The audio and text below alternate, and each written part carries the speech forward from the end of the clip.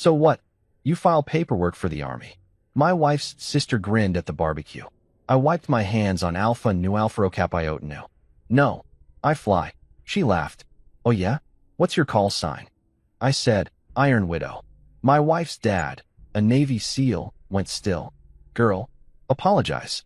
Now, he knew exactly who I was. If hell hosted a family reunion, it would look exactly like the Hayes summer barbecue. Plastic chairs that stuck to your thighs, cheap beers sweating in coolers, country music that made you question humanity, and unsolicited career advice from people who think LinkedIn is a dating app. I was standing at the grill, watching a questionable piece of chicken pretend to be edible, when I realized once again why the phrase in-laws sounds like a legal sentence. I'd been married to Harper Hayes for 5 years. She was perfect, smart, kind, and the only Hayes with a functioning sense of humor. But her family? Oh, her family was a sitcom that ran for too many seasons. There was Patricia, the mom who still introduced herself as retired model turned homemaker, even though her modeling career ended when bell bottoms did. Douglas Hayes, Commander Douglas Hayes, the retired Navy SEAL turned barbecue dictator who thought tongs were tactical gear. And then there was Chloe, Harper's sister, the kind of woman who majored in sarcasm and minored in making other people uncomfortable. If confidence were currency, Chloe would have owned a small country, possibly one with bad Wi-Fi and a law against humility. So there I was, flipping burgers like it was a military op, trying to stay under the radar, when she leaned in with that grin, the kind that said, I'm about to ruin your day for sport. So, Ryan, she started, swirling her drink like a Bond villain in flip-flops. You file paperwork for the army, right? The sound of sizzling meat and country twang nearly drowned her out. But trust me, my brain heard every syllable. No, I said, wiping my hands on a napkin. I fly. She snorted. Actually snorted. Oh yeah? What's your call sign, Iron Chef? Her voice was loud enough to get everyone's attention. Even the dog stopped sniffing the cooler. I smiled, that calm, dangerous smile pilots use right before things get interesting. Close, I said. Iron Widow.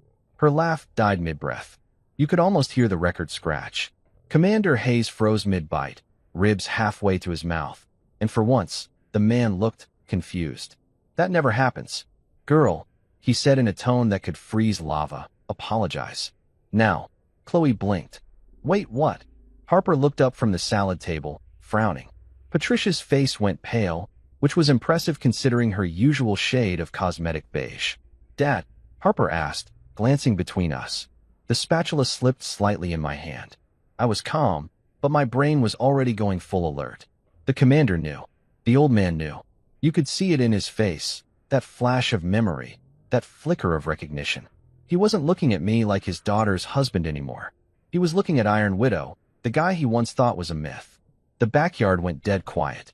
Even the mosquitoes called a ceasefire. Everyone's eyes shifted to Douglas Hayes, who now looked like he was seeing a ghost. He set his plate down, jaw tightening. Apologize, he repeated, voice rougher this time. You don't talk to that man like that. Dad, what's going on? Harper asked, clearly trying to process why her father had suddenly turned into Liam Neeson. It's nothing, I said, flipping another burger. Your dad's just remembering something classified. Douglas gave me a look, that mix of gratitude and guilt you only see from someone who's suddenly realizing the quiet guy at the barbecue once saved his life. Patricia stepped forward, clutching her wine glass like a talisman. What's Iron Widow? She asked. The question hung in the air like smoke. Douglas's eyes never left mine. That's the pilot who saved our men in '07. Silence. Harper blinked. You mean? Yeah, Douglas said quietly. That was him. Chloe's mouth fell open. You're kidding. I grinned. Nope. Still not funny, though. I flipped another burger with exaggerated calm. Anyone want extra smoke on theirs? Nobody spoke. The only sound was the faint hiss of the grill and a far-off country song about trucks and heartbreak that suddenly felt way too ironic. Patricia looked between her husband and me like she was trying to rewrite the last 5 years of family history. You mean to tell me, Ryan, the one who brings potato salad in store containers, is that Iron Widow? Douglas gave a slow nod. That's him. The pilot they said didn't make it out alive. You never told us that, Harper whispered, eyes wide. You never asked, I said lightly, grabbing a beer. And to be fair, Your family was more interested in mocking my choice of apron than my service record. Chloe looked like she wanted to crawl into the grill and self-immolate. I'm so sorry, she mumbled. I didn't know. Don't sweat it, I said, popping the cap off my beer. I prefer low expectations. Makes everything else look heroic. Douglas took a slow sip of his drink, eyes fixed on me like he was remembering every detail. The radio chatter, the sound of the helicopter blades, the desert storm. Iron Widow, he muttered. Damn, you really were that guy. Still am, I said.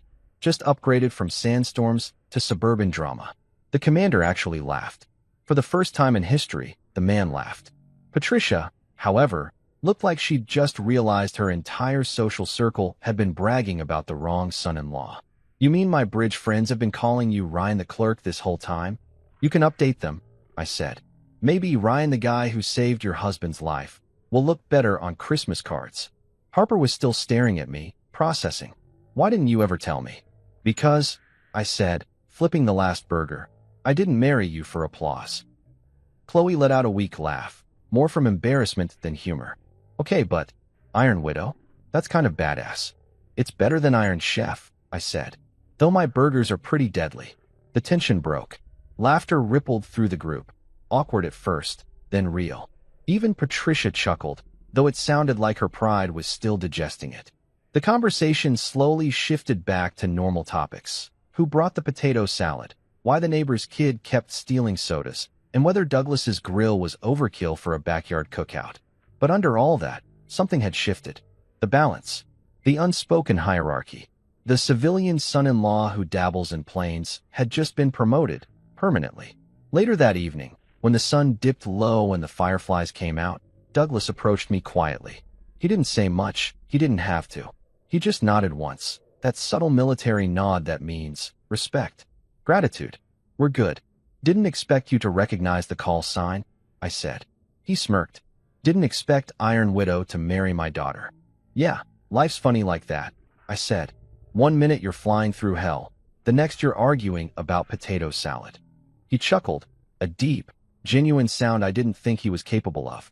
You handled it well, he said. Didn't rub it in. Didn't need to, I replied. They'll Google it later. He laughed again. Fair enough. Patricia joined him, looping her arm through his. Ryan, she said, voice soft now. We've misjudged you. It's okay, I said. If it helps, I misjudged your deviled eggs. She gasped, then smiled. Touché. Chloe approached next, holding a plate of brownies like a peace offering. For real, I'm sorry, she said. Guess I'm not as funny as I thought. You're fine, I said. Just remember, next time you tease someone about their job, make sure they're not licensed to bomb small countries. She laughed nervously. Deal. As the night wrapped up, I sat on the porch with Harper, watching Douglas argue with the grill like it had insulted his service record. You're awfully calm for someone who just blew up a family myth, she said. What can I say? I grinned.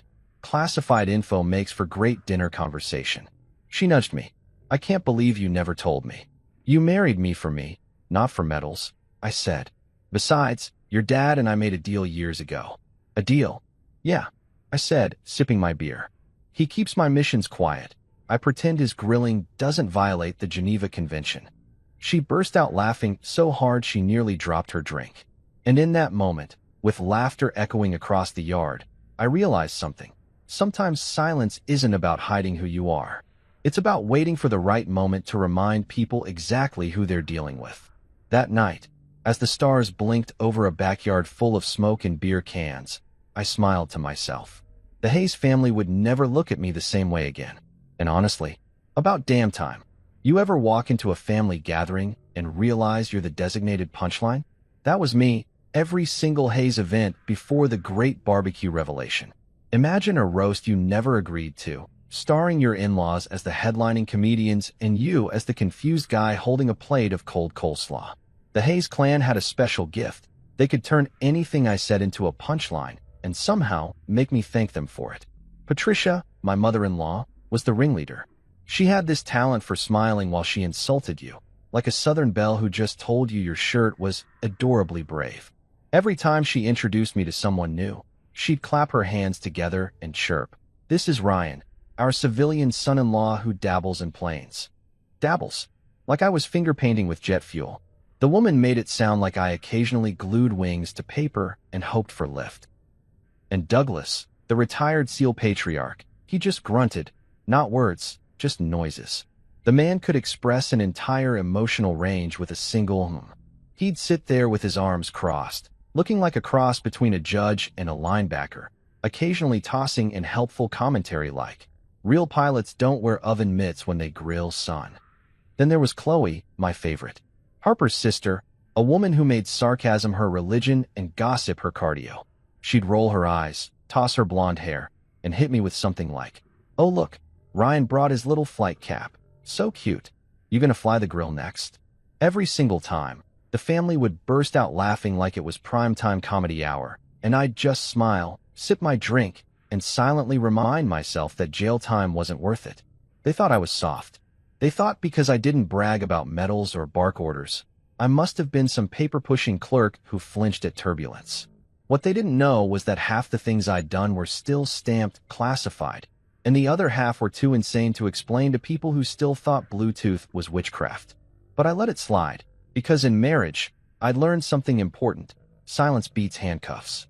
You can't get arrested for thinking sarcastic thoughts, no matter how vivid they are. Every holiday, every dinner, every small family get-together, I'd put on the calm husband act. The "yes, ma'am," "no, sir, please pass the casserole" persona. Meanwhile, I'd sit there mentally calculating wind speed and trajectory, wondering if it was physically possible to eject from a dining table conversation without breaking a window. One Thanksgiving, Patricia decided to hold a gratitude circle. You know, that thing where everyone shares what they're thankful for while pretending not to judge each other's answers. Harper said she was thankful for family. Douglas said he was thankful for discipline. Chloe said she was thankful for Botox. Then Patricia turned to me, eyes gleaming with the kind of mischief only Chardonnay could fuel, and said, "And you, Ryan? What are you thankful for? Office supplies?" I smiled. "Actually, Patricia, I'm thankful for flight clearance and fuel efficiency." She blinked, confused. "Oh," she said, chuckling. "You mean, like, your little job?" "No," I said, still smiling. "Like the kind that saved 12 people's lives in Kandahar." The silence was beautiful, brief, but beautiful. Then Douglas coughed, muttered something about kids these days exaggerating, and the moment was gone. Harper squeezed my hand under the table, giving me the look, the universal married look that says please don't start a family war before dessert. So I didn't. I let it go. Again, every time they poked at me, I'd think back to the things I'd seen. Tracer rounds cutting through darkness. The way the radio goes quiet when a friend doesn't make it back. The kind of silence that makes you appreciate every dumb joke you'll ever hear again. So yeah, I could handle a few snide comments about my desk job. They were amateurs. I'd survived worse than family dinners with cheap wine and overcooked turkey. But the funny thing about people like the Hayes, they love to underestimate you. They build this version of you in their heads. Simple, predictable, safe. And then they act shocked when you don't fit the script. Douglas would watch me mow the lawn and mutter, "Bet he logs that in his flight hours." Chloe once asked if I wore my pilot gloves while washing dishes. Patricia once gave me a gift, a framed quote that said behind every great man is a woman rolling her eyes. Cute. I hung it up in the garage, right next to my flight helmet. They didn't get it. They didn't understand that humility wasn't weakness, it was strategy. See, I'd spent years flying missions where bragging got people killed, where silence wasn't about pride, it was about survival. So yeah, I could survive family brunch. I treated their insults like turbulence, unpleasant but temporary. Harper used to whisper, "You're so patient." I'd grin and say, "Nah, just trained for long flights." And she'd laugh, because she didn't know how literal that was. The truth was, I didn't need them to respect me. I just needed them to keep their noise below jet engine level until dessert. The worst was the Christmas party. Douglas had decided to host a military-themed dinner, because apparently, nothing says holiday spirit like camo tablecloths and flag napkins.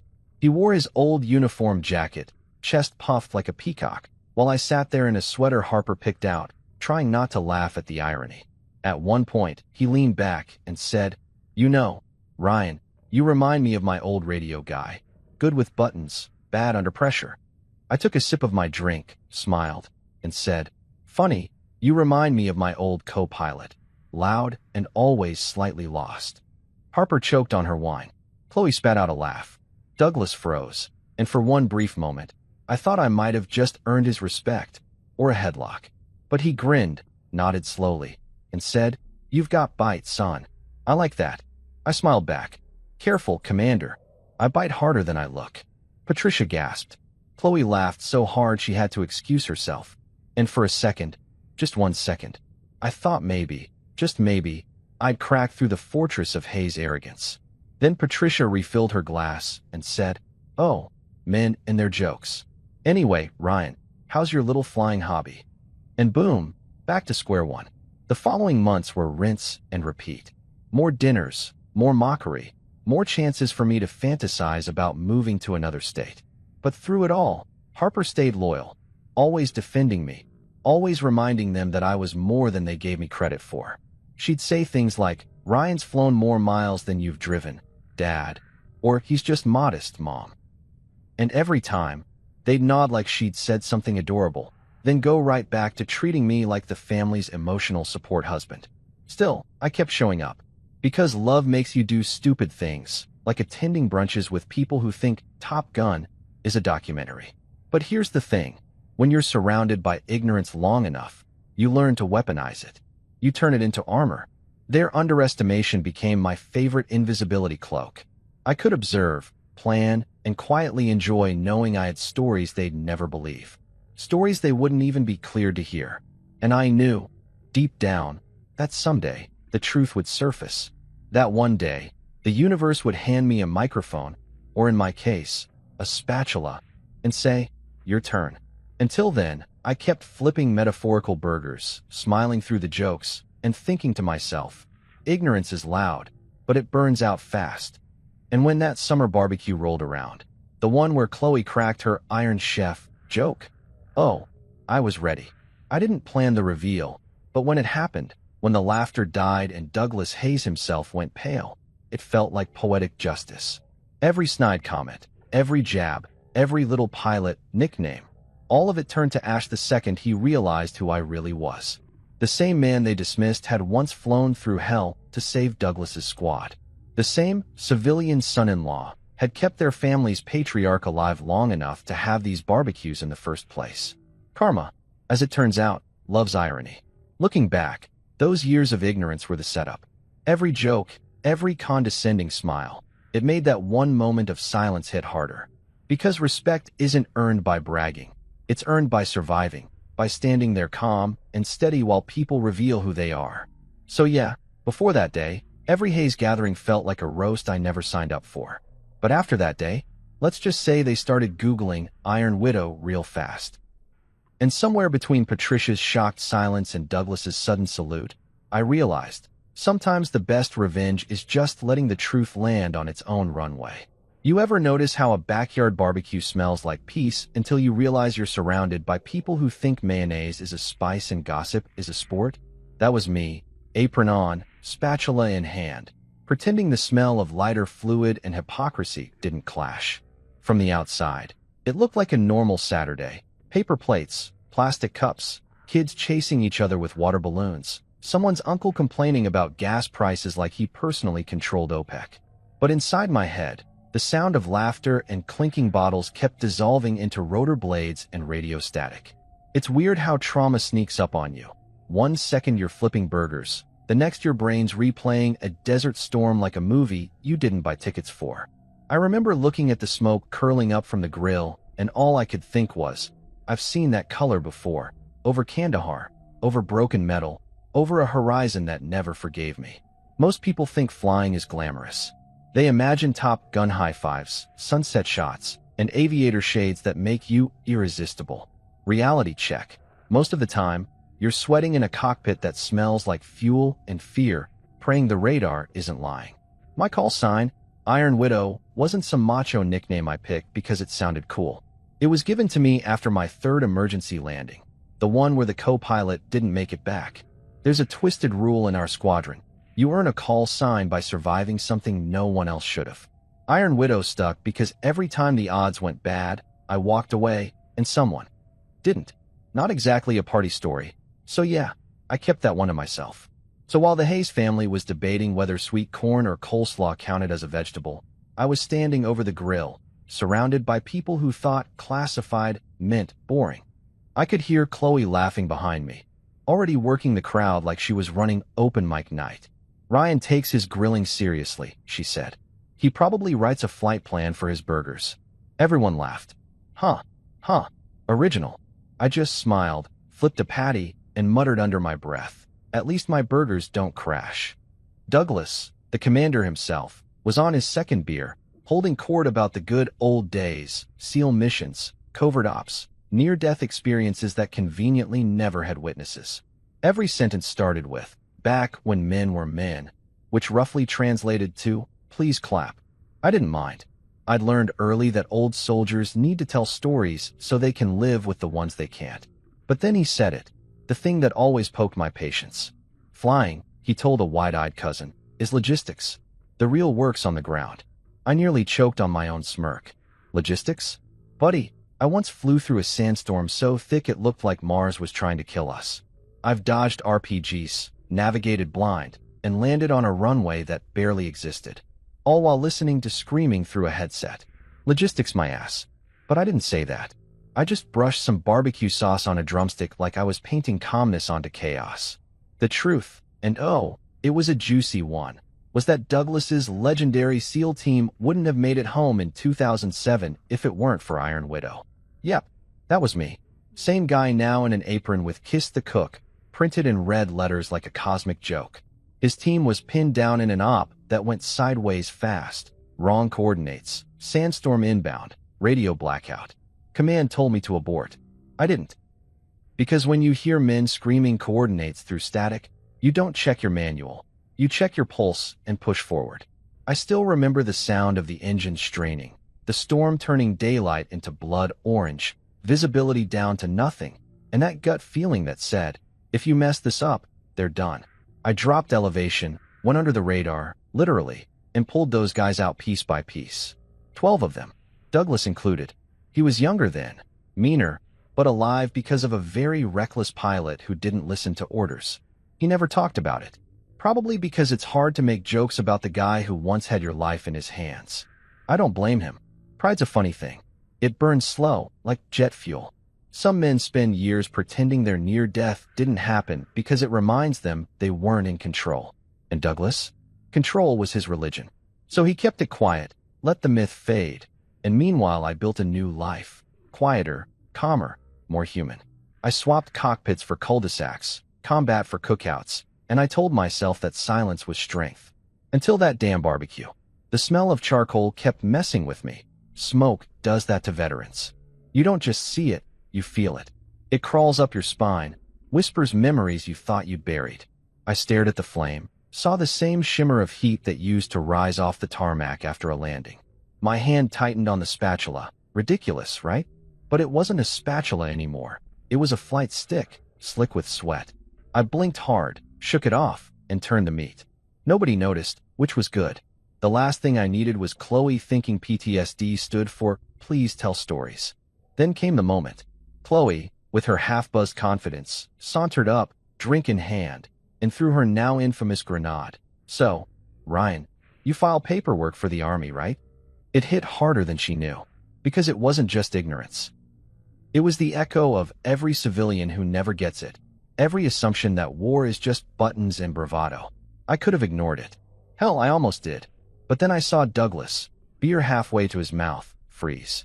He knew that call sign when I dropped it. Iron Widow. It was instinct. I didn't plan to reveal it, but something in me wanted that silence, that pause where truth punches pride in the face.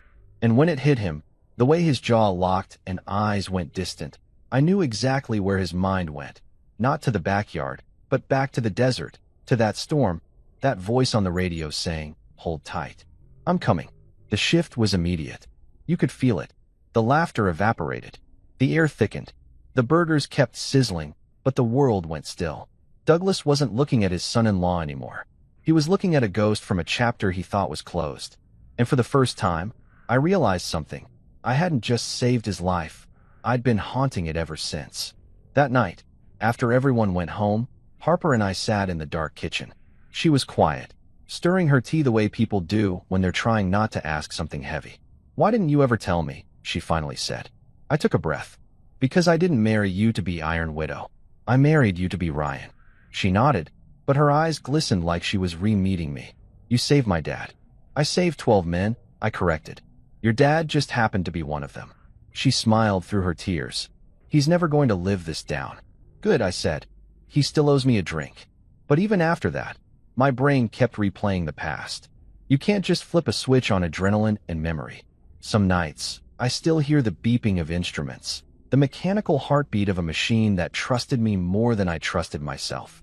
Flying was never just about skill. It was about nerve, about knowing the sky might kill you and going up anyway. That's what people like Chloe would never understand. You don't come home from that and brag. You come home and build IKEA furniture in silence because you're just happy to have walls around you. Funny thing, after the barbecue, Douglas started treating me differently. Not outright sentimental, but the kind of respect you can feel without words. He'd give me the nod, the unspoken "I see you." We didn't talk about the mission. We didn't have to. Soldiers don't need words when silence already says enough. But I could tell he was thinking about it, about that day, about the man behind the spatula. Maybe he finally understood that sometimes the quiet ones are only quiet because they've already heard too much noise. If I'm being honest, I didn't feel heroic. I never do. Heroism is messy. It's blood, sweat, and fear disguised as duty. It's watching the sun rise over a place you'd give anything to forget. It's shaking hands with ghosts every time you close your eyes. That's why I never told the Hazes, because they wouldn't understand the cost behind the medal. And if they did, they'd stop laughing, and I'd lose the one thing I liked about that family, their ability to turn everything into a joke, even if I was the punchline. So yeah, I let them mock. I let them tease. Because deep down, I knew someday the truth would come out, and when it did, it wouldn't just rewrite my image, it'd rewire theirs. I didn't want to humiliate them. Well, maybe Chloe a little, but I did want them to see that not every hero wears camouflage to the dinner table. Some of us wear aprons and keep the fire steady. That barbecue, the one they thought was just another summer hangout, became the battlefield where truth finally landed. I didn't need applause. I didn't need medals. I just needed that one moment when the world stopped laughing long enough to listen.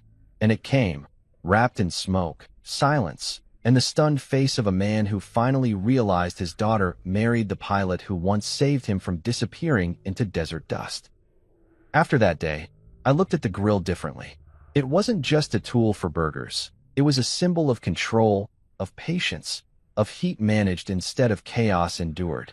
Operation Barbecue wasn't planned, but damn, it was successful. Mission accomplished, and not a single casualty, except maybe Chloe's ego. If awkward silence had a flavor, that backyard was marinated in it. You could taste the tension between the ribs and the regret. After Chloe's paperwork jab and my not-so-subtle drop of Iron Widow, the Hayes family cookout went from rowdy sitcom to courtroom drama in 10 seconds flat. Even the mosquitoes took the night off. Douglas Hayes, the man who once claimed he could stare down a grizzly, looked like someone had just unplugged his ego. The commander was frozen mid-bite, holding his rib like it might testify against him. Chloe was still half smiling, half terrified, trying to figure out why her dad looked like he'd seen a ghost with flight clearance. And Patricia, dear Patricia, was clutching her wine like a lifeline, her Botoxed forehead furrowing for the first time in history. I'd seen combat zones calmer than that backyard. Harper, bless her peacekeeping heart, leaned in close to me and whispered, "Ryan, what's going on?" Her voice had that careful edge of a woman trying not to panic in front of family. I grinned, not a forced grin, but that cocky, pilot-level calm that always gets me in trouble. "Oh," I said, flipping a burger with one hand. "Your dad just remembered something classified." Douglas's eyes darted to me, narrowing like he wanted to disagree but couldn't. The man's brain was rebooting in real time. Patricia blinked at both of us, confusion painted all over her face. "What's Iron Widow?" she asked, like it was a brand of perfume. Douglas took a slow breath, the kind you only take when you're about to drop a truth bomb nobody saw coming. "That's the pilot," he said, voice low, "who saved our men in '07. You could have heard a toothpick drop. Harper turned to me, eyes wide. "You mean she started, but Douglas cut her off. Yeah, he said, still staring at me. That was him. Now, I don't know what part one enjoyed more. Chloe's face turning ghost white or Patricia gasping like someone had just told her carbs were back on the banned list. Chloe stammered. You're kidding, right? I smiled, casually flipping another burger. Nope. Still not funny, though. The spatula sizzled, and for once, the silence felt earned. Douglas looked at me with this weird mix of shock, respect, and maybe a little shame. The kind of look you give someone you've spent years underestimating. Patricia set her drink down, trembling just enough to make the ice clink. Wait, you mean to tell me? Orion, the one who helps with the recycling. Was that Iron Widow? She asked, her voice cracking on that. Douglas nodded slowly, eyes never leaving mine. That's him. The pilot command said was MIA for 2 days. The one who flew through the storm. He swallowed. The one who didn't listen to orders. Chloe looked like she wanted to melt into the grass. Wow, she muttered. I didn't know. Don't worry, I said. Classified tends to mean that. I took a sip of my beer. Now, who wants extra smoke on theirs? No one laughed. Even the dog stopped panting. It was glorious. Patricia finally found her voice. Why didn't you say anything? She demanded. All these years, we've been judging me. I offered. She blinked, caught. Well, yes, but why didn't you correct us? I shrugged. Didn't seem worth it. I figured if I told you, you'd just start asking me to give motivational speeches at brunch. That got a nervous laugh from Harper, but everyone else was still too stunned to function. Douglas finally spoke again, quieter this time. You broke 2 ribs landing that bird, didn't you? He asked. His tone wasn't that of a father-in-law. It was a soldier talking to another. I met his eyes. Yeah, I said. Could have been worse. I still had all 12 of your guys breathing when I hit the tarmac. He nodded once, tight-lipped, eyes glassy. I never forgot that voice over the comms, he said. Didn't think I'd ever meet it again, let alone at my daughter's wedding years later. Small world, I said, and you still managed to make it smaller at every barbecue. For the first time ever, Douglas cracked a smile. Small, controlled, but real. You always were cocky, he said. You always were loud. I shot back. That broke the ice. Harper exhaled like she'd been holding her breath for a decade. Patricia blinked back tears she swore were just from the smoke. Chloe shuffled awkwardly, clutching a plate she clearly didn't need anymore. So, Patricia said finally, her voice regaining its usual high pitch. Our son-in-law's a war hero, and we've been calling him Paper Boy. She turned to Douglas, smacking his shoulder. You let me embarrass us for 5 years. You were doing fine without me, Douglas muttered. I almost lost it right there. Chloe cleared her throat. So, when you said you fly, you meant real planes? Yep, I said. Big, noisy ones. Not the kind that drop off Amazon packages. She winced. I'm sorry, Ryan. I was ignorant. I suggested. Yeah, she sighed. That. Don't worry, I said. Ignorance is curable. Just takes a little altitude. Even Douglas chuckled at that. As the tension started to fade, the air filled with a different kind of silence.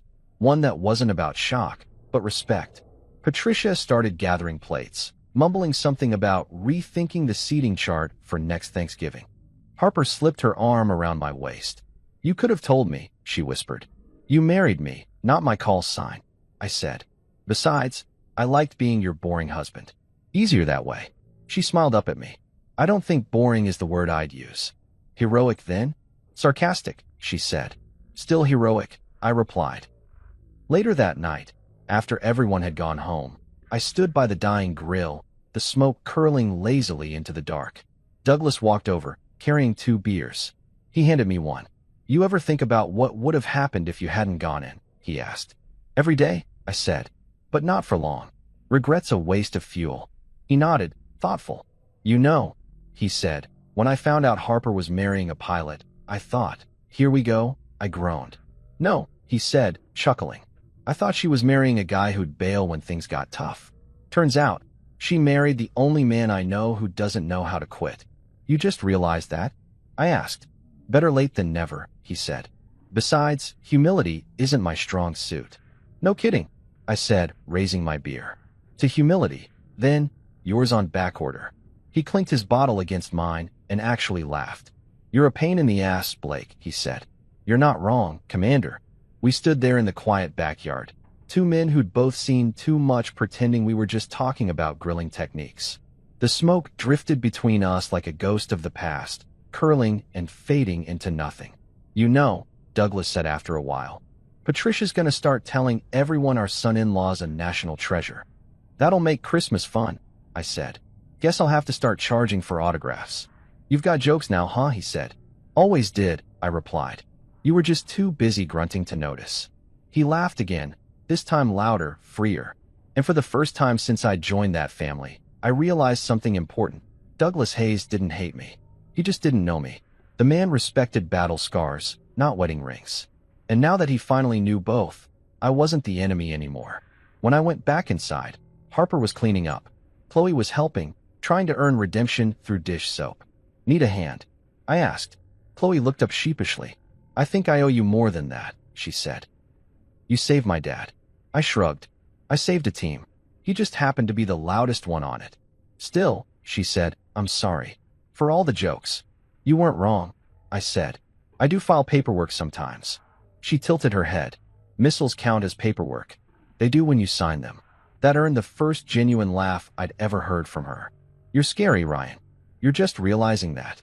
By the time everyone left, the air had softened. The backyard, once full of noise and laughter and judgment, was now just quiet, peaceful, even.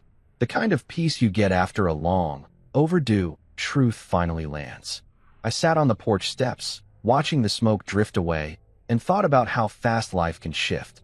One moment you're the family joke, the next you're the guy who flew through hell and came back with extra burgers. Harper came out, wrapping a blanket around my shoulders. You okay? She asked. Always, I said. You sure? Yeah. Just thinking how smoke always clears, eventually. She leaned her head on my shoulder. They'll never tease you again, you know. I smiled. Oh, they will. Just with more respect. As the last ember died in the grill, I realized the truth. Sometimes silence isn't strength, it's survival. You keep quiet not because you're weak, but because you know one day, the truth will roar louder than any defense you could ever make. Tonight, it did. And the best part? I didn't even have to raise my voice. The Hayes barbecue would never be the same again. Smoke, silence, and a side of reality, all served fresh off the grill. If you've never had someone apologize to you while holding a tray of muffins like it's a peace treaty, you haven't truly lived. The morning after the great barbecue revelation, I woke up to the smell of burnt coffee and the faint sound of guilt knocking on my front door. I shuffled downstairs in my old Flight Academy t-shirt, the one Harper always steals when she's cold, even though we both know it's emotional theft, and opened the door to find Chloe Hayes, my sister-in-law, standing there like a sinner at confession. She held a basket of muffins so big it looked like she was bribing a small army. You're really a combat pilot? She asked before I could even say good morning. Her tone was somewhere between awe, regret, and mild panic, like she'd just realized the guy she used to mock might also know how to call in an airstrike. I leaned against the doorframe, sipping my coffee like a man who finally had the upper hand. Yep, real planes. No paper clips. She blinked, nodding way too fast. And you saved Dad's team? Just doing my job, I said. I didn't need to flex. The silence was doing it for me. Wow, she whispered. I thought you were like admin support or something. I am, I said, keeping a straight face. I just file paperwork with missiles. She nearly choked on her own guilt. That's when Douglas walked in through the side door, because, apparently, retired SEALs don't believe in knocking. He had that smug grin that only veterans get after being proven wrong. He's being modest, he said, clapping a hand on my shoulder hard enough to rearrange my spine. He flew under radar, saved 12 men, and broke 2 ribs landing. The man's a damn machine. I shot him a look. So you do remember. He grinned. Hard to forget the guy who dragged my sorry ass out of a desert. Patricia appeared behind him, robe tied tight, eyes wide as she processed the conversation like it was a daytime drama. Douglas Hayes, you mean to tell me you never told us that? She demanded. Didn't want to make Thanksgiving awkward, he said with a shrug. Too late for that, I muttered. Harper came downstairs then, hair messy, face still soft from sleep. What's going on? She mumbled. Apology tour, I said, pointing at Chloe's muffin basket. Stage 1, carbohydrates. Chloe groaned. Oh my God, will you ever let this go? Nope, I said cheerfully. I waited 5 years for this. Patricia stepped forward, ever the dramatic matriarch. Ryan, I owe you an apology too, she said, hands clasped like she was addressing the Pope. We may have underestimated you. May have? I asked, raising an eyebrow. You called me civilian support staff in front of your bridge club. She gasped. You heard that? Oh yeah, I said, sipping my coffee. I was in the kitchen. Great acoustics in your house. Douglas chuckled, clearly enjoying the rare moment of watching his family squirm. Told you not to underestimate quiet men, he said. They're usually the ones with stories. Patricia gave him a glare sharp enough to cut steak. You're enjoying this. Damn right I am, he said. You all teased this man for years, and he never said a word. That's discipline. Or patience, Harper said, wrapping her arm around me. Or fear of being disowned, I added. Everyone laughed, awkwardly, but it was progress. We all sat down in the living room like it was a post-mission debrief. Chloe pushed the muffin basket toward me. Pick one, she said. They're apology-flavored. I picked a blueberry one, tore it in half, and nodded. Tastes like regret. Nice touch. She rolled her eyes but smiled. Okay, fine, I deserve that. You deserved worse, I said. But I'm a forgiving man. Patricia sighed. So what now? Are we supposed to salute you at dinner? No, I said. Just maybe stop introducing me like I fly drones for DoorDash. Harper sat back, smirking. You realize they're all going to overcompensate now, right? She whispered to me. Yeah, I said. I give it a week before someone knits me a flag. Douglas leaned forward. You know, son, I should have told them. But I figured it was your story to tell. You figured wrong, I said. It's a hell of a lot funnier this way. The next few days were weird, like living in an alternate universe where I suddenly mattered at family functions. Patricia called me captain for the first time, like we were on a cruise. Harper's uncle started texting me random military memes. Even Chloe texted me, "Do you still have your flight suit?" Which, coming from her, was progress. Douglas invited me over for men's night, which apparently meant beer, cigars, and him pretending not to ask questions about classified missions. So, he said one evening, exhaling smoke like a wise old cliché, "What's it like up there?" I smirked. Quiet. Peaceful. No family drama. He laughed so hard he nearly choked. "You're all right, kid," he said, handing me another beer. "Didn't think you had that edge in you." "You weren't looking," I said. "You were too busy guarding the grill." Patricia, on the other hand, began her own redemption campaign. Suddenly, she was inviting me to lunch, asking about my career milestones, and baking desserts that didn't taste like resentment. One afternoon, she even said, "You know, Ryan, I think we misjudged you." I grinned. "You think?" "All right," she said, "we did misjudge you." "Don't worry," I said. "I like low expectations. Makes it easier to impress people." "You're insufferable," she said, smiling despite herself. "And yet," I replied, "you keep baking for me." Chloe's transformation was the funniest part. She went from eye-rolling skeptic to my accidental hype woman. At family dinners, she'd tell everyone, "You know Ryan flew rescue missions, right?" Like she was my PR rep. Once, at a coffee shop, I heard her bragging to a friend, "My brother-in-law's a legend." I nearly spit out my latte. When she caught me, she turned red. "Don't get smug," she said. "I still think you're a dork." "You think a lot of things," I said. "Most of them wrong. But here's the thing. Beneath all the teasing and late apologies, something shifted. Douglas started calling me son without irony. Patricia stopped looking at me like I was a questionable life choice. And Chloe? She stopped joking and started listening. Turns out, they weren't malicious. Just blind. People like them live in small worlds, safe, suburban bubbles where war is something that happens on TV between commercial breaks. They didn't know what it meant to live with ghosts or gratitude. And now they did. A week later, Douglas dropped by again.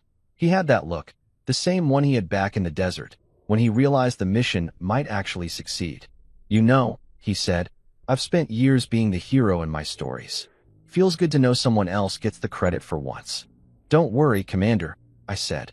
"You can still have the dramatic monologues." He laughed. "Deal." Then he handed me a small, worn patch, his old unit insignia. "Keep it," he said. "Consider it an overdue thank you." I turned it over in my hands. The stitching frayed, the colors faded. "You sure?" I asked. "Yeah," he said. "It's been collecting dust. Looks better on a man who's still earning his stripes. When he left, Harper found me staring at it. You okay? She asked. Yeah, I said, just realizing this is the weirdest apology I've ever gotten. She smiled. At least it's sincere. Yeah, I said, but muffins were easier to digest. The following weekend, we all had dinner together. No tension, no jokes, no backhanded compliments. Just laughter. Chloe even asked me to say grace. I smirked. You sure you want the guy with missiles to bless the food? Douglas chuckled. Go on, Captain. So I did.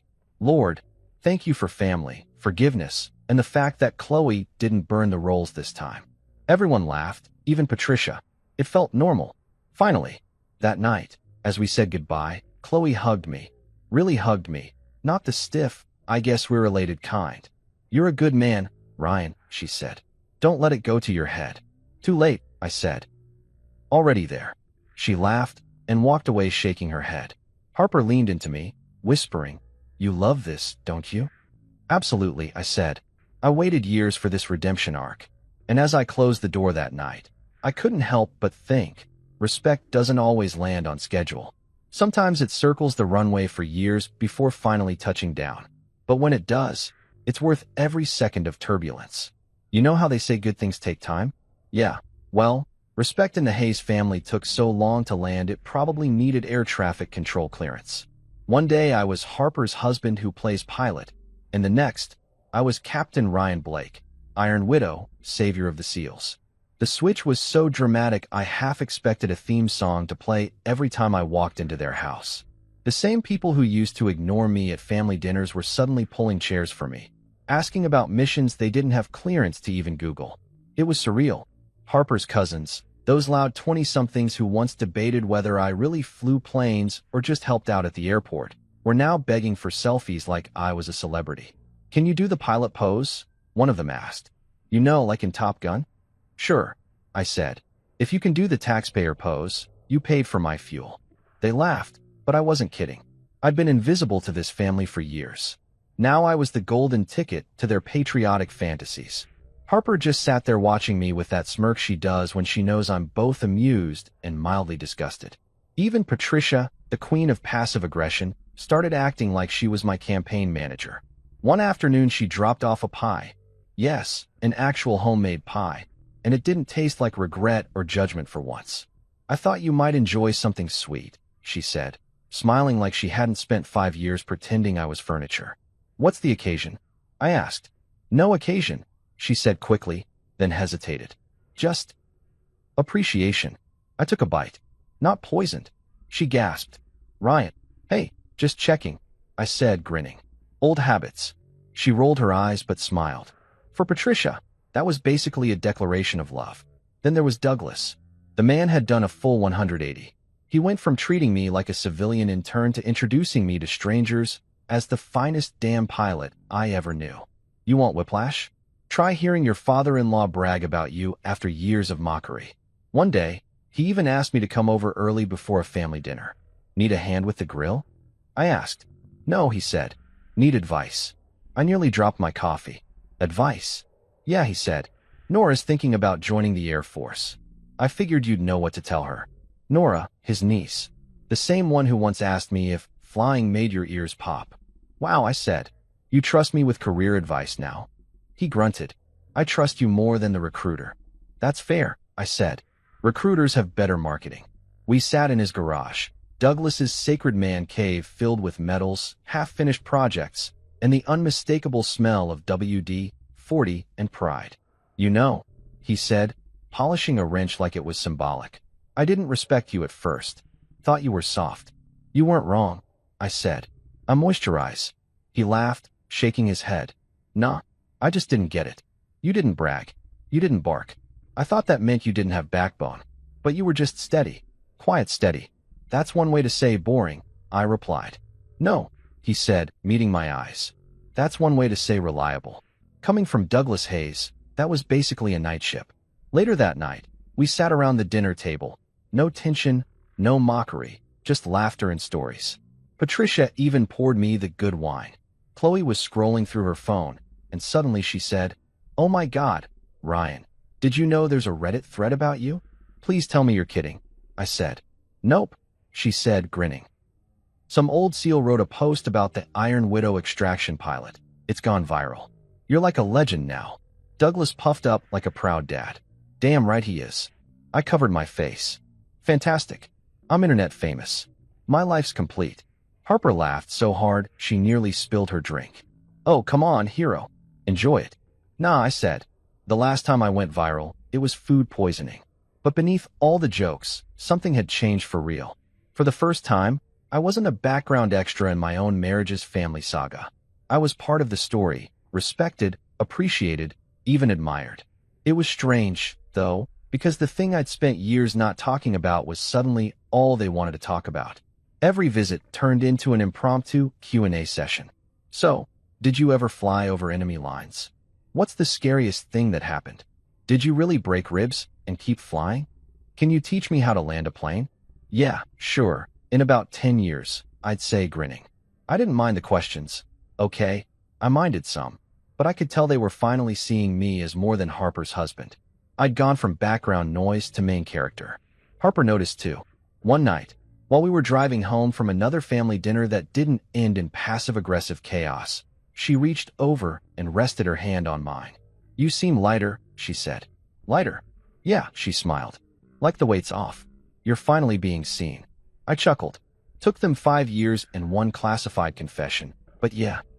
You earned it, she said softly. You didn't need to prove anything, but I'm glad they finally get it. I'm glad too, I said. Now maybe they'll stop asking me to bring paper plates. A few days later, I got a call from Douglas. You free tonight? He asked. Depends, I said. Are we grilling or having a heart-to-heart? Both, he said. Bring beer. I showed up to find him sitting on the porch, looking out at the sunset with that haunted butt content look old soldiers get. You ever miss it? He asked. Flying, I said. Every day, but I like sleeping without sand in my teeth. He nodded. You know, I used to think retirement was peace. Turns out it's just quieter noise. Yeah, I said. Peace is overrated. Boring as hell. He laughed. You're a strange man, Blake. You raised a strange daughter, I said. He clinked his bottle against mine. Fair. The weirdest part about respect arriving late is that it doesn't come quietly. It's loud. Obvious. Overcompensating. Patricia started introducing me to strangers as our son-in-law, the pilot hero. Chloe bought me a mug that said, warning, may drop truth bombs. Even Nora gave me a hand-drawn card that said, you're cool, Uncle Iron Widow. I kept it on the fridge, partly because it was sweet, partly because it would annoy Patricia that her art piece got replaced by a crayon jet. Eventually, even Douglas started opening up more.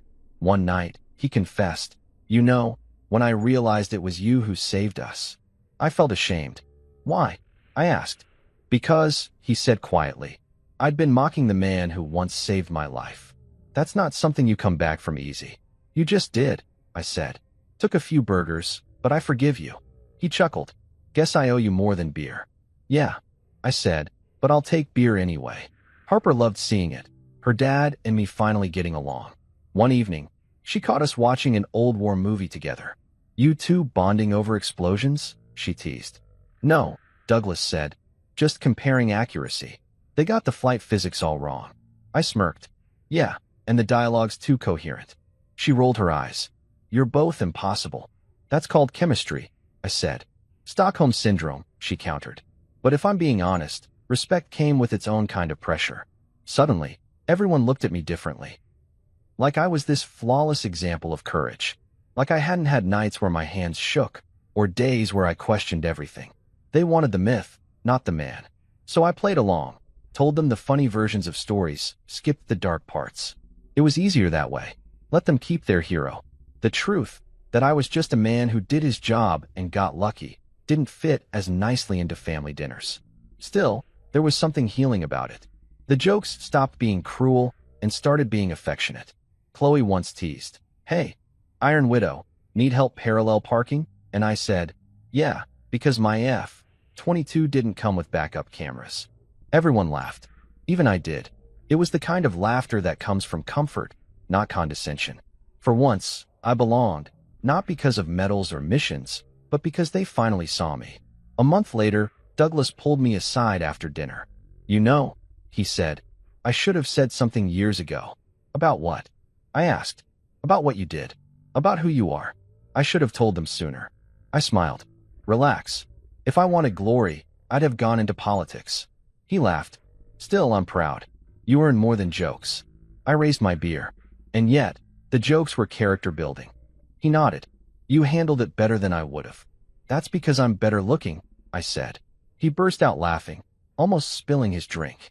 When we left that night, Harper looked at me and said, You know, it took them a while, but they got there. I smiled, watching Douglas wave from the porch.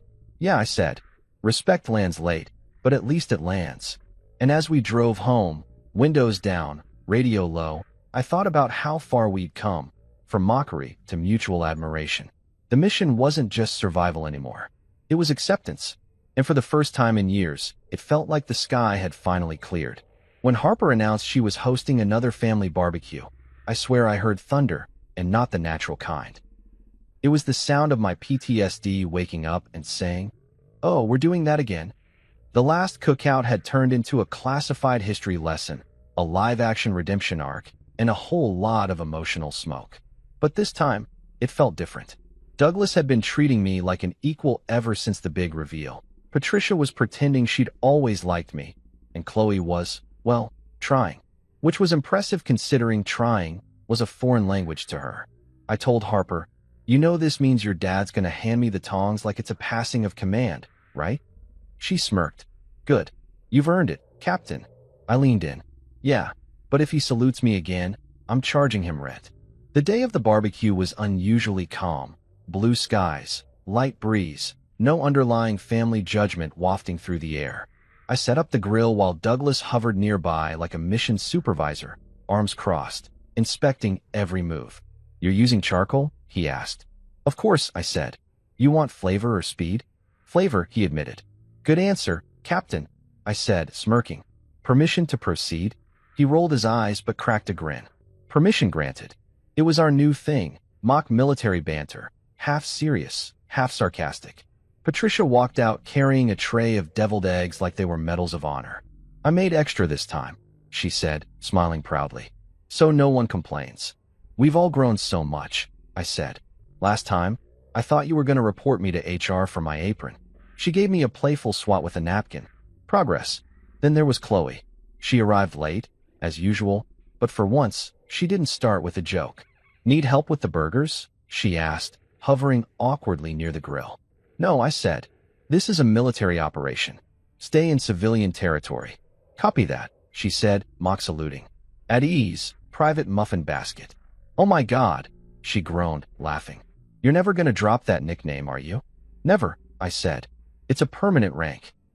Even little Nora, Chloe's daughter, was running around the yard wearing aviator sunglasses 2 sizes too big, shouting, Uncle Ryan is Iron Man. I bent down and whispered, Close enough, kiddo. Just fewer lawsuits.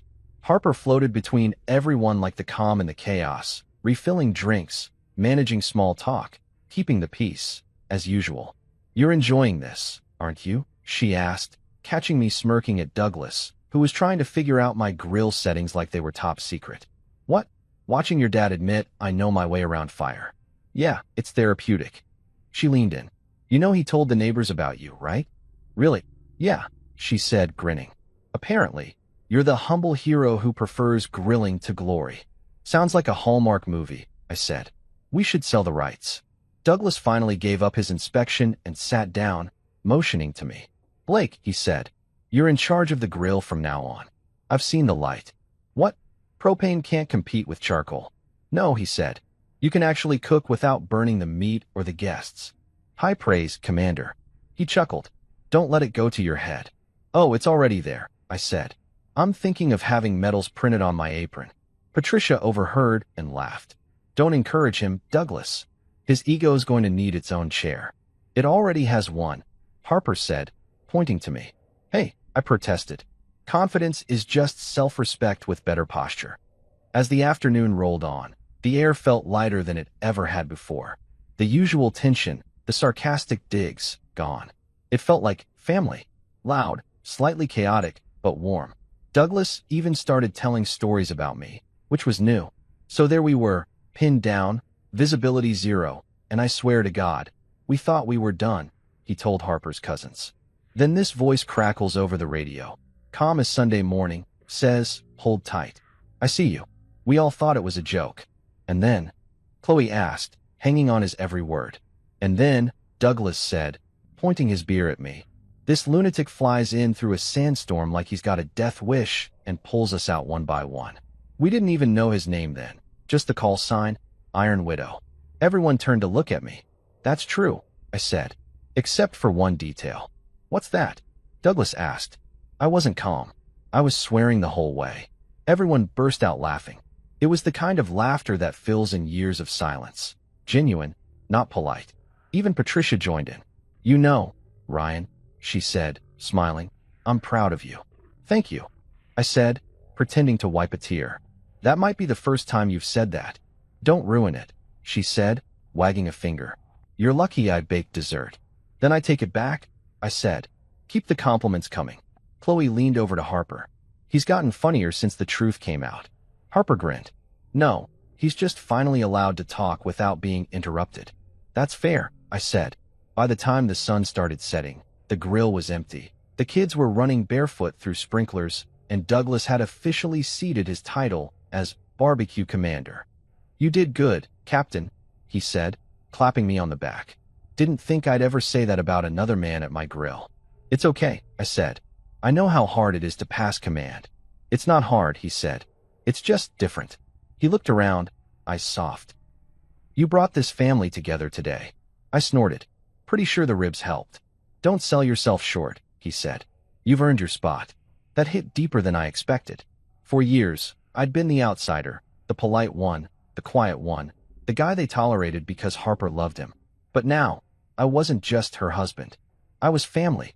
The smoke, the laughter, the teasing, it all felt like a language I'd finally learned to speak. Later that night, when most of the guests had left, Harper and I sat on the porch watching the embers die out. You handled today like a pro, she said. What can I say? I thrive under pressure. You know, she said, smiling. They actually adore you now. Took them long enough. They're haze, she said. They come around at their own speed. I nodded. Guess so. I just didn't think it'd take a full recon mission and several burgers to get there. Just then, Douglas came back out with 2 beers. For the grill master, he said, handing me one. You've earned this. If I'd known all it took to get your respect was a well-seared steak, I'd have done it years ago. He laughed. Nah, you earned it before that. We just didn't see it. He leaned against the railing, looking up at the sky. Funny, isn't it? We spend our whole lives training for war, and then we forget how to enjoy peace. That's why I grill, I said. Less sand, more smoke. I'll drink to that, he said, raising his bottle. We clinked beers in quiet understanding. Patricia came out next, holding a pie dish. I saved you the last slice, she said.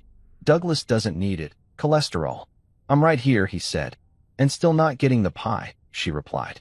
Respectfully, I said, taking the plate. This might be your finest work yet. Don't push your luck, she said, but she was smiling. Before heading home, Chloe walked over, carrying sleepy little Nora on her hip. You know, Ryan, she said, I think I finally get it. Get what? Why you never said anything all those years. You didn't need to. Exactly, I said. Silence hits harder when you time it right. Well, she said, for what it's worth, I'm glad you broke it. Me too, I said. Otherwise, I'd still be the paperwork pilot. She laughed softly. You'll never let that go, will you? Not a chance. When we finally packed up and got in the car, Harper reached over and squeezed my hand. So how does it feel? She asked. How does what feel? Being the family hero? I smirked. Overrated. But the catering's better now. She laughed, shaking her head. You're impossible. Yeah, I said. But at least I'm respected now. As we drove away, I looked in the rearview mirror and saw Douglas standing by the grill, watching us leave, beer in hand, pride written all over his face. For the first time, it felt like we weren't just 2 men tied together by marriage and obligation. We were equals. A soldier and a pilot, both retired from battle, but still fighting to keep peace alive, 1 burger at a time. And as far as family flight schools go, that's a lesson worth teaching. It's funny how the universe loves irony. One moment you're the guy flipping burgers while your in-laws debate whether you're technically military, and the next, you're flying to DC for a Navy commendation ceremony that even the president might attend. I wasn't the type who liked attention. I preferred quiet victories, no parades, no speeches. But when the letter came, official seal, formal tone, the kind of envelope that smells like taxpayer money, Harper nearly tackled me in excitement. "You're being honored in DC. Ryan, this is huge," she said, waving the letter like a golden ticket. I just sipped my coffee and muttered, "Great. My nightmare finally has a dress code." Harper wasn't having it. "You're going," she said firmly. "You can't spend your life downplaying everything." "I'm not downplaying," I said. "I'm avoiding public speaking and awkward applause." She smirked. "Same thing." Douglas was even more dramatic. He called within the hour. "Blake, I just heard. You're getting the commendation?" "Looks like it," I said. "You're damn right you are," he said. "I'm coming with." "You don't have to," I said. "It's not mandatory." "Oh, it's mandatory," he replied. "If anyone's gonna clap for you, it's gonna be me." I didn't have the heart to tell him I was already dreading the idea of cameras. Patricia, of course, was thrilled. "Oh, we have to get matching outfits," she told Harper. "Something elegant, respectful, patriotic." I looked up from my coffee. "You mean red, white, and overly dramatic?" "Exactly," she said. Fast forward 2 weeks later, I'm standing in a hotel mirror, straightening my tie while Harper fussed with her hair. "You nervous?" she asked. "Always," I said. "About what?" "About surviving small talk with admirals," I said. "That's more dangerous than combat." She laughed. "You'll be fine. You're charming when you're miserable." "Then I'll be irresistible tonight," I said. When we arrived at the Navy Hall, the place looked like a shrine to discipline. Uniforms crisp enough to slice bread, medals gleaming, flags everywhere. The air even smelled like respect and bureaucracy. Douglas was already there, standing tall in his old uniform, polished boots, chest out, eyes sharp. He hadn't worn that uniform in years, and seeing him in it again. Yeah, it hit me. The man looked proud, and not just of himself. Patricia stood beside him, clutching a tissue before the ceremony even started. "You okay?" I asked. "I'm fine," she said, dabbing her eyes. "Just allergies." "To emotions?" I asked. "Exactly. When they called my name, Captain Ryan Blake, callsign Iron Widow, I swear I heard Douglas exhale like a man who'd been holding his breath for 15 years. I walked to the stage, the lights blinding, the applause surprisingly genuine. They pinned the medal on me, shook my hand, and I smiled just enough to look human. The MC read my citation, for exceptional valor, decisive leadership, and selfless service under extreme conditions, and all I could think about was how bad the coffee was in Kandahar that morning. After the ceremony, people swarmed. Old colleagues, officers I hadn't seen in years, even a few fresh-faced recruits who looked at me like I was carved out of legend. "Sir, you're the Iron Widow?" one kid asked, eyes wide.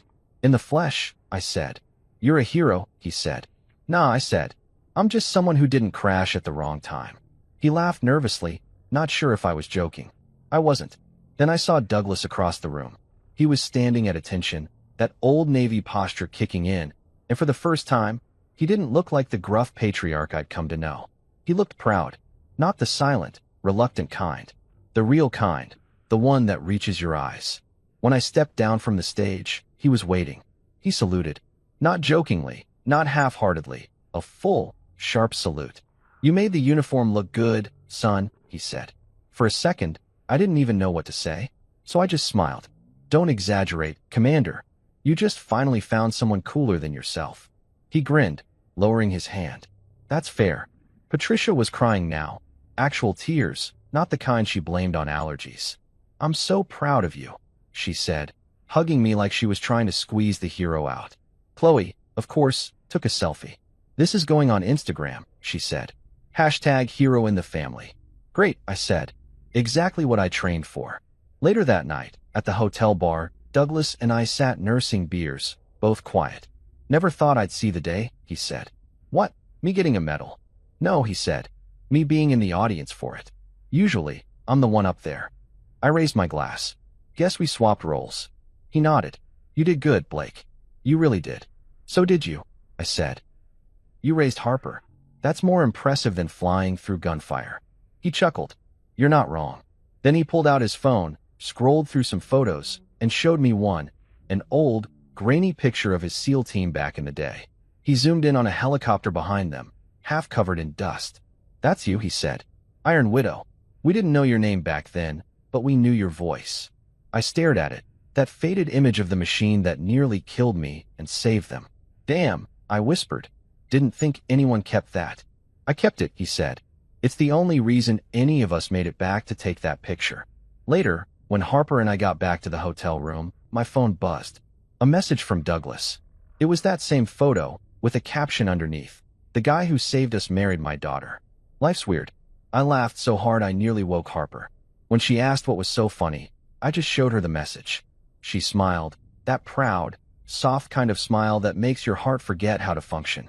You know, she said. He's never said something like that before. Yeah, I said. Guess respect finally cleared customs. The next morning, we met Douglas and Patricia for breakfast. Patricia was glowing, the kind of glow only mothers get when they realize their bragging rights just doubled. I told everyone back home, she said proudly. You're famous now. Fantastic, I said. Can't wait to get recognized at Costco. Don't joke, she said. Someone will ask for a photo. If they do, I said, I'm charging per autograph. You're impossible, she said, but she was beaming. Chloe joined us late, as always, sliding into the booth like she was arriving at an after-party. So, she said, do we start calling you Captain at family dinners now? Only if I get hazard pay, I said. Fair, she said.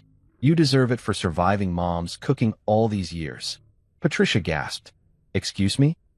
She's right, I said quickly, ducking before Patricia could swat me with a napkin. You're both terrible. And yet, Chloe said, you keep showing up. Yeah, I said, because now the food comes with respect. By the time we flew home, I'd gotten a dozen messages from old squad mates, a few from reporters, and one from Douglas that simply said, you made us all proud. Short, simple, and somehow heavier than every medal I'd ever worn. When we landed, Harper leaned her head on my shoulder. You know, she said, you looked good up there. I look good everywhere, I said. But go on. She laughed. You deserve that moment, Ryan. Maybe, I said. But I think the best part was seeing your dad there. He'll never admit it, she said. But you've changed him. Nah, I said. I just reminded him humility's not fatal.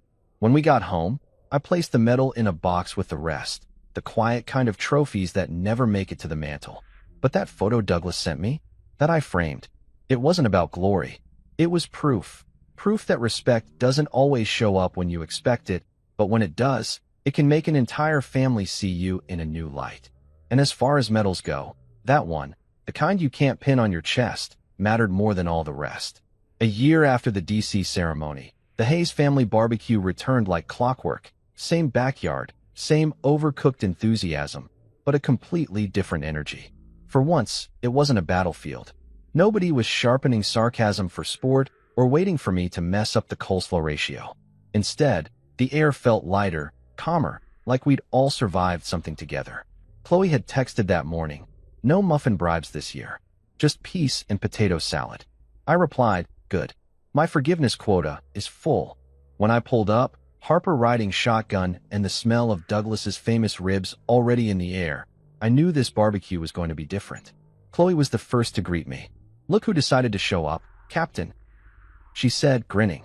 Wow, no passive aggression in the opening line, I said. Growth looks good on you. She laughed, pulling me into a hug that actually felt genuine. You'll never let that muffin thing go, will you? Not unless you start bringing donuts, I said. Donuts say sincerity. You're impossible, she said. Yeah, I said, but lovable. Patricia emerged from the kitchen, holding a casserole dish like it was a family heirloom. Ryan, dear, she called out. You'll say grace later, won't you? I nearly dropped my plate. Wait, me? You want me to say grace? Of course, she said. You're practically our good luck charm now. I looked at Harper. See? One medal and suddenly I'm the family chaplain. She smiled. Just roll with it. It's better than being the civilian son-in-law. Barely. I muttered, taking the dish from Patricia before she could injure herself. Douglas was out by the grill, of course, his natural habitat. He spotted me and grinned. There he is, the man of the hour. Commander, I said, saluting playfully. Permission to approach the grill? Granted, he said. Though you outrank me now. Please, I said. You're the family general. I'm just logistics support. You're still better with fire, he said, handing me the tongs. I figured I'd let the professional handle it this year. I took them, nodding. That's the kindest thing anyone's ever said to me here. Don't get sentimental, he said. I still get the first burger. Deal, I said. As long as it's medium rare, not boot camp. He laughed, and for a brief moment, it felt like friendship. Easy, warm, real. As the day rolled on, the backyard came alive with chatter and laughter that didn't carry sharp edges anymore. The cousins ran around with sparklers. Patricia played host like a woman on a redemption tour, and Chloe, bless her dramatic soul, kept referring to me as Captain Barbecue. You keep that up, I warned her, and I'm making you peel potatoes next time. You love it, she said. Don't lie. You're right, I said. I do. Feels good being adored after years of character assassination. Hey, she said, laughing. We said we were sorry. You did, I said. Multiple times. I'm just enjoying the sequel. When dinner time came around, everyone gathered around the table. The food actually looked edible. Progress. Patricia tapped her wine glass. Ryan, she said, would you say grace? I raised an eyebrow. You sure?